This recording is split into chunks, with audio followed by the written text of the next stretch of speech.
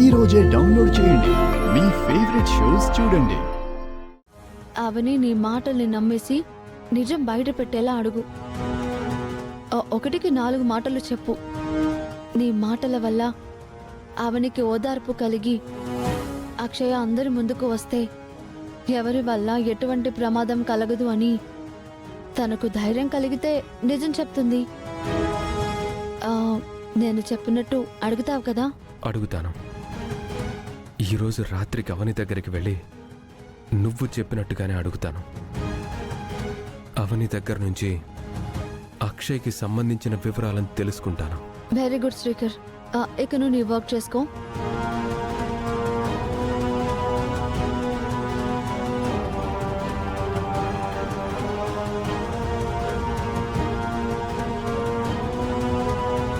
నువ్వు అడిగితే అవని ద్వారా అక్షయ గురించి తెలుస్తుంది.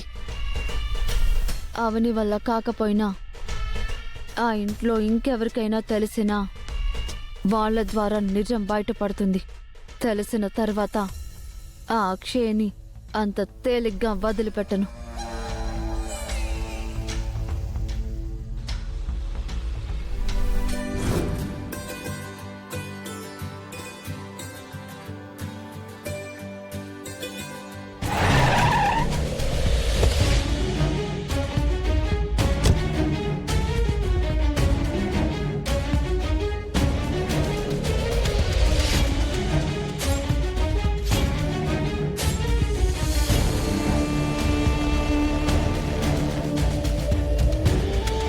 నేను శ్రీకర్కి అప్పగించిన పని ఈరోజు విజయవంతమవుతుంది.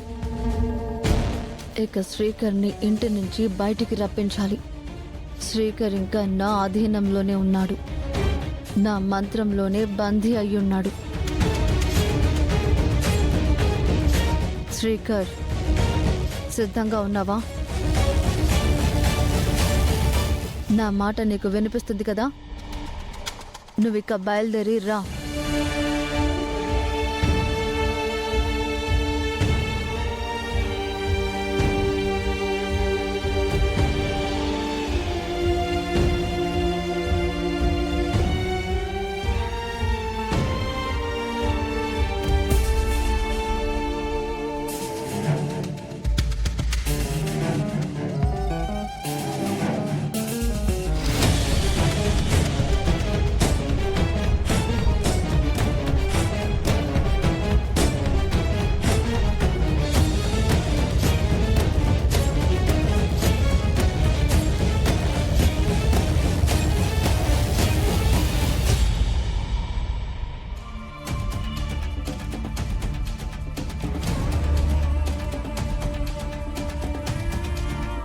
మరి అంత సీరియస్గా ఉంటే అవనికి అనుమానం వస్తుంది.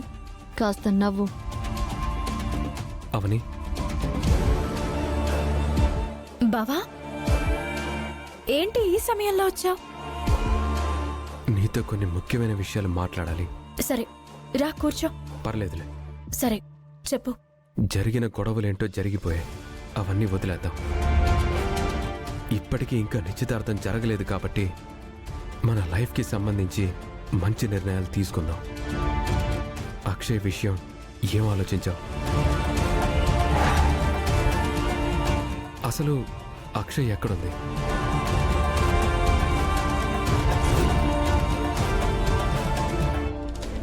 అక్షయ్ గురించి నీకు తెలిసే ఉంటుంది. అక్షయ్కు ఏమైనా ఇబ్బందులు వస్తాయని నువ్వు నిజం బయట పెట్టడం లేదనిపిస్తుంది.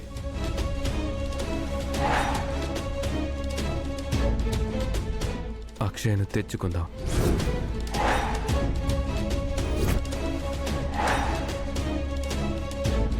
అక్షయ్ను కొద్ది రోజులు హాస్టల్లో ఉంచుదాం. తనకి మంచి భవిష్యత్తునిద్దాం. సమయం చూసి అమ్మ వాళ్ళ దగ్గర అక్షయ్ గురించి చెప్పేద్దాం.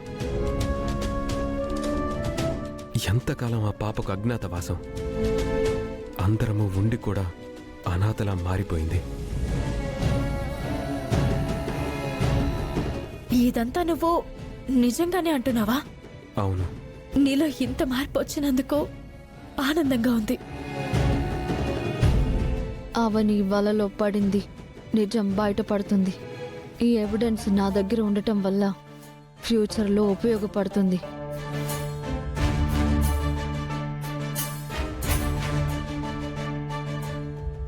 నాన్న నా గురించి చాలా మంచిగా ఆలోచిస్తున్నారు. నేనే బయట పెట్టేయడం మంచిది. నేనే అక్షయ్ను అర్చన రూపంలోకి మారి ఉన్నానని జరిగిందంతా చెప్పేస్తాను. అక్షయ్ని చూడకుండా నువ్వెన్ని రోజులుండలేవు. ఎక్కడో పెట్టి అప్పుడప్పుడు వెళ్ళి చూసుకుంటూ వస్తున్నావా? అక్షయ ఎక్కడుందంటే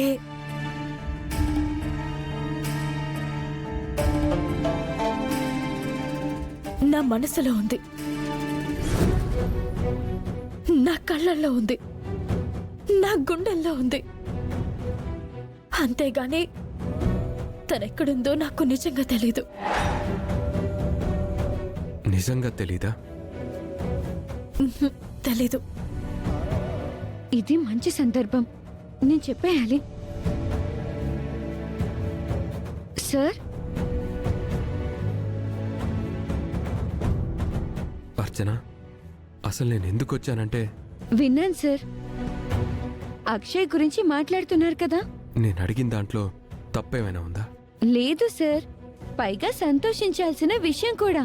తన గురించి అవనికి తెలియదని అంటుంది. నేనిప్పుడే గుడి నుండి వస్తున్నాను. బొట్టు తీసుకుని వచ్చాను. ముందు మీరు బొట్టు పెట్టుకోండి, తర్వాత మనం మిగిలిన విషయాలు మాట్లాడుకుందాం.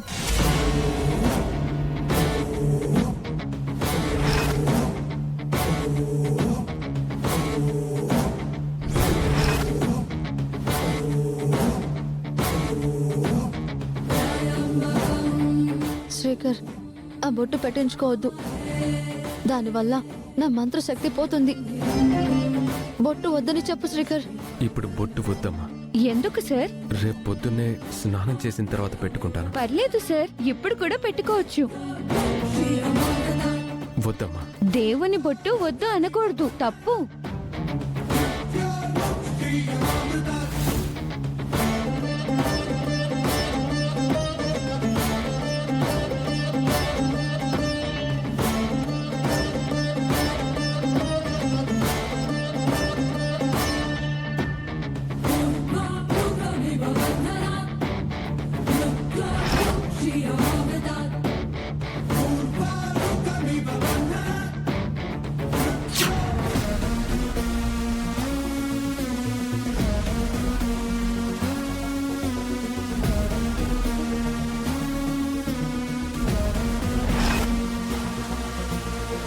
Vampara